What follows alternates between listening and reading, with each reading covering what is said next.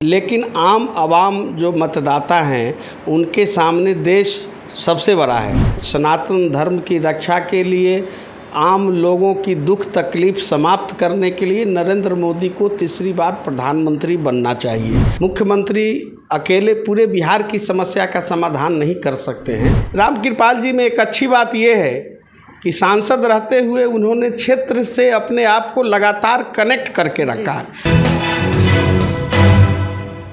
नमस्कार, मैं प्रेरणा और इस वक्त हम जुड़ने जा रहे हैं विष्णु नारायण चौबे, जो कि वरिष्ठ पत्रकार हैं। इनसे हम बात करने जा रहे हैं लोकसभा चुनाव को लेकर। कई लोकसभा चुनाव में सीटों पर जो है संशय बरकरार है, कई तरीके की बातें निकलकर सामने आ रही है।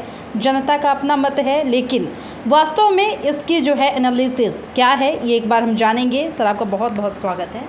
आपका भी स्वागत, धन्यवाद जी सर। जिस तरीके से अभी जो है पटना साहिब को देखेंगे या फिर पाटलिपुत्रा लोकसभा सीट को देखेंगे, जहानाबाद भी जो है एक ट्विस्ट लेकर आया है और नालंदा सीट पर भी जो है संशय बरकरार है। क्या लगता है इन सीटों पर क्या हो सकता है? ये चुनाव जो हो रहा है, ये स्थानीय मुद्दे तो हैं, लेकिन आम आवाम जो मतदाता हैं उनके सामने देश सबसे बड़ा है। और मतदाताओं की समझ है कि देश में लोकतंत्र की रक्षा के लिए, सनातन धर्म की रक्षा के लिए, आम लोगों की दुख तकलीफ समाप्त करने के लिए नरेंद्र मोदी को तीसरी बार प्रधानमंत्री बनना चाहिए। और इसी भावना को लेकर के जो मैं देख रहा हूँ कि बिहार की जिन 4 सीटों का आपने चर्चा किया है, इन चारों सीटों पर कमोबेश यही भावना से मतदान होने जा रहा है। सर, हम कई क्षेत्रों में घूम रहे हैं, लेकिन वहाँ पर एक जो है कॉमन फैक्टर निकलकर सामने आ रहा है कि जनप्रतिनिधि से तमाम जनता में नाराज़गी दिखाई दे रही है। इसका क्या कारण हो सकता है? जनप्रतिनिधि से नाराज़गी एक स्वाभाविक प्रक्रिया का हिस्सा है और इसके लिए कहीं न कहीं जनप्रतिनिधि जिम्मेवार हैं। देश की योजना, देश की प्रधानमंत्री हर समस्या का समाधान नहीं कर सकते हैं। मुख्यमंत्री अकेले पूरे बिहार की समस्या का समाधान नहीं कर सकते हैं। जो हमारे जनप्रतिनिधि हों, बिहार विधानसभा के सदस्य हों, परिषद के सदस्य हों या लोकसभा के सदस्य हैं, उनकी भी अपनी भूमिका है। और उस भूमिका के निर्वहन करने में जब सांसद विधायक चूकते हैं तो जनता में इन्हीं सारी चीज़ों को लेकर के उनके खिलाफ में जो भाव उत्पन्न होता है, प्रकटीकरण हो रहा है, वह भाव स्वाभाविक भी है। जनता सदैव सही है, जनता को हम गलत नहीं कह सकते। ये जो पटना साहिब सीट जो है, इस पर जो है एक तरफ है रविशंकर प्रसाद, दूसरे तरफ अंशुल अभिजीत है, तो क्या लगता है कि समीकरण इस बार कैसा हो सकता है? देखिए, पटना साहिब को सदैव माना जाता है कि ये भाजपा प्रो भाजपा सीट है।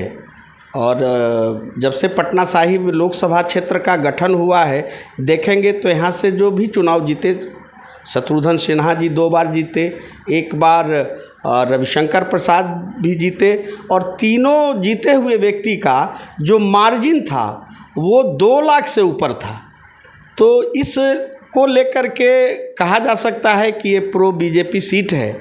लेकिन चुनाव है, कभी भी किसी चुनाव में बहुत आत्मविश्वासी होना घातक होता है।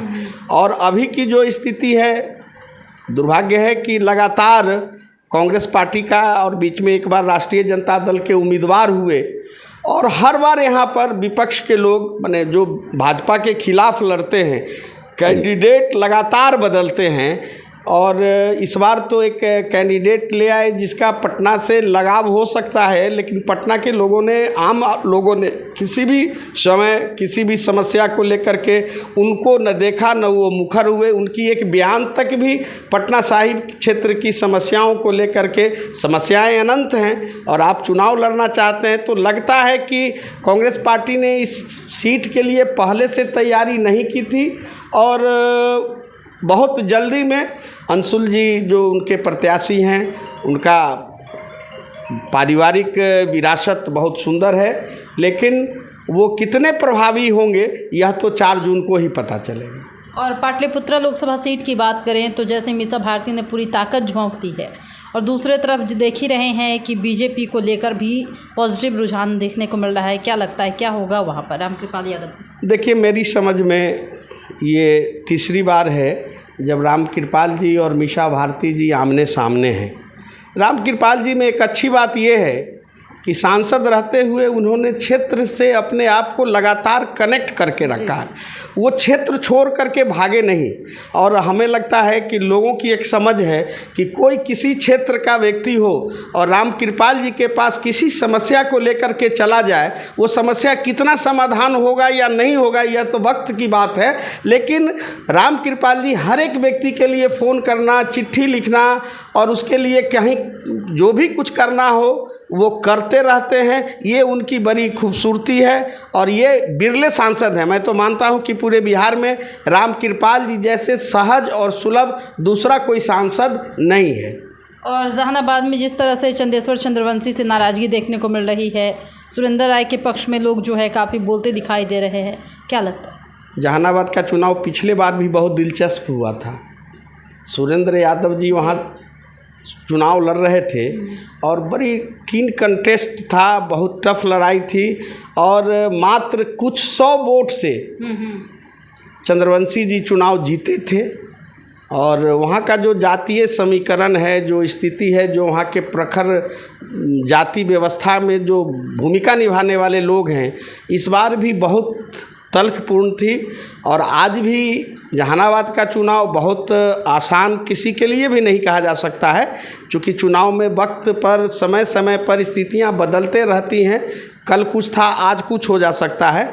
और बिहार के मुख्यमंत्री जी ने भी उस सीट को अपनी प्रतिष्ठा का प्रश्न बनाया है और उन्होंने बम्बई से भोला शर्मा को जब से जहानाबाद में उतारा है, तो एक जाति विशेष के बीच में उनके आने से जो नाराज़गी थी, बड़े पैमाने पर नाराज़गी थी, उस नाराज़गी को कम करने में जदयू कामयाब हुआ है। और उसके लेकर के अब राजद किन फैक्टर पर काम करेगी, फिर वहाँ का चुनाव मेरी समझ से दिलचस्प है। और हार जीत का जो मार्जिन होगा इस बार भी बहुत ही कम होगा। मतलब सुरेंद्र यादव जो है वो जातीय समीकरण को भुना सकते हैं।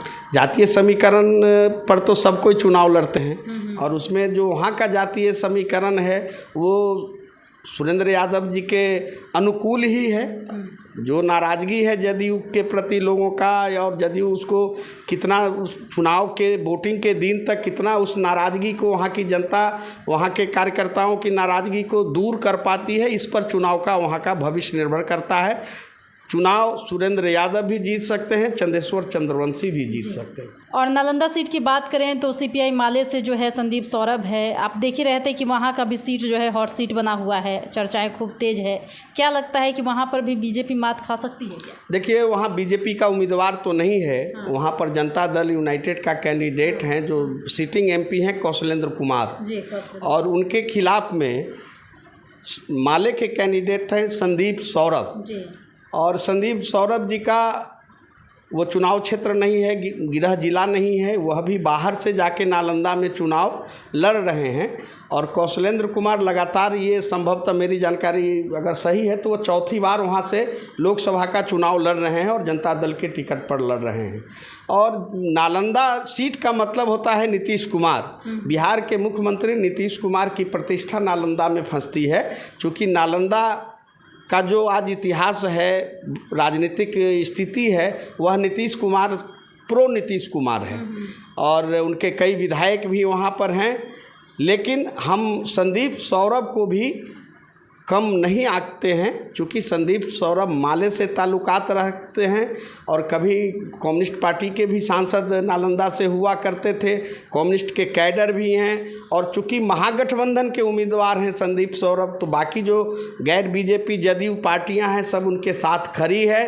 तो नालंदा का चुनाव भी बहुत रोचक है और दिलचस्प है। और संदीप सौरभ को जो है स्मार्ट कैंडिडेट भी माना जा रहा है, इस बात पे क्या कहिएगा? संदीप सौरभ मुखर नेता हैं, विधानसभा के अंदर में भी पक्ष में रहें या विपक्ष में रहें, हर सवाल पर वो बिल्कुल बेबाक तरीके से अपनी राय रखते हैं। संदीप सौरभ में एक खासियत है कि वो सरकार, अगर गठबंधन की सरकार थी तो सरकार को खुश करने के लिए केवल बात को नहीं बोलते थे।